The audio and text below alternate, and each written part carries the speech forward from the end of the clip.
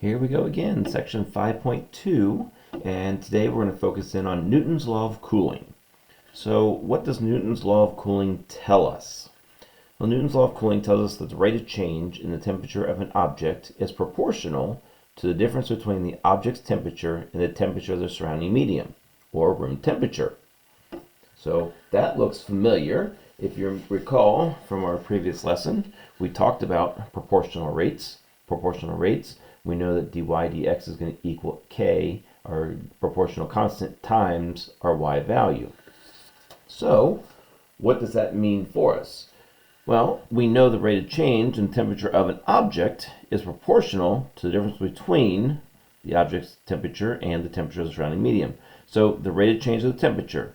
So we know that dy dt, the rate of change of the temperature, is proportional to, so we know k times the object's temperature and excuse me, and the surrounding medium. And for the surrounding medium, what we do is we call it S sub med, so surrounding medium. And that's going to be our equation. So now we can go ahead and solve this differential equation like we've done before. So we're going to move that dt over, and we're going to bring this y minus S sub medium over to our dy. So if I divide by that, I have 1 over y minus y minus S sub medium dy, and that's going to equal k dt. Now I can go ahead and integrate both sides so I can solve for y. So if I integrate here, I cannot integrate y minus S sub medium, so I'm going to do my u substitution, and it's going to be a nice clean substitution. So I have the integration of 1 over u du. Over here I can go and integrate, so I have kt plus my c. Integration of 1 over u, that's going to be our natural log of the absolute value of u. That's going to equal kt plus c. Again, we have a plus c here. Move it over, still have that constant.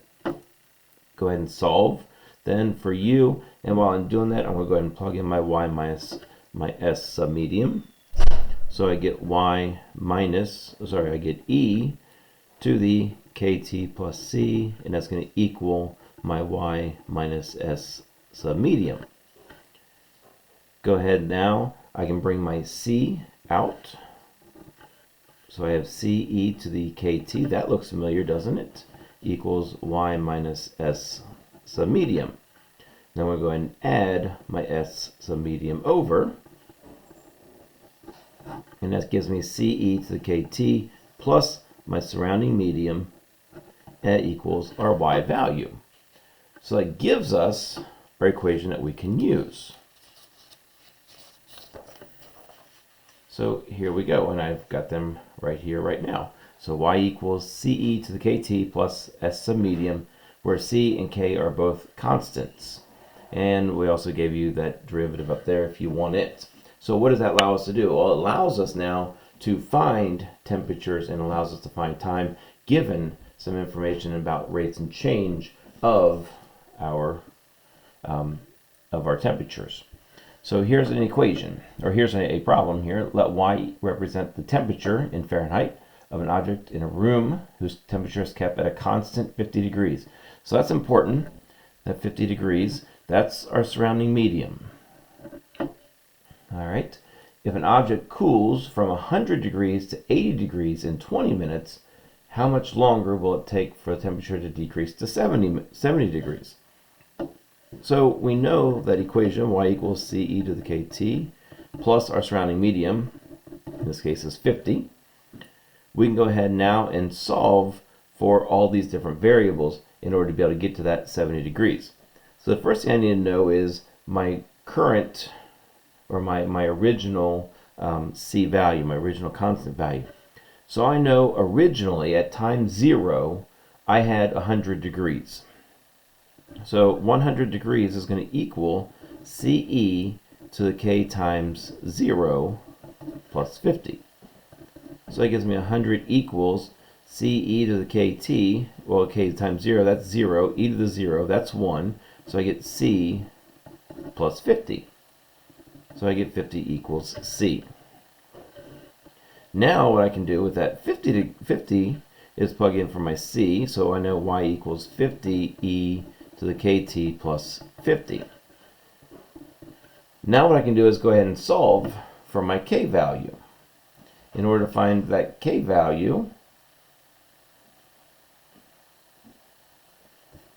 excuse me, what we can do is plug in. We know that after 20 minutes it's 80 degrees.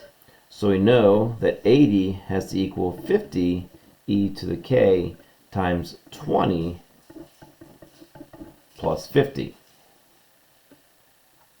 I can go ahead and now solve for k. So I'm going to subtract my 50, and I get 30 equals 50 e to the 20k, divide by my 50. So I get 3/5 equals e to the 20k. Solving for that k value, I can take the natural log of both sides. So I have the natural log of 3/5 equals 20k, and I can go ahead and divide by 20. So I'm going to go ahead and put that into my calculator. So I have the natural log of 3/5 divided by 20, and that gives me a k value of approximately negative 0.0255, so on and so forth. Again, I'm going to store that in my calculator. So I'm going to store it in alpha, say A this time. So that gives me my k value, because I'm going to need that to figure out at how much longer it's going to take for the temperature to decrease to 70 degrees. In order to figure out when it's going to hit 70 degrees, I want my final amount to be 70.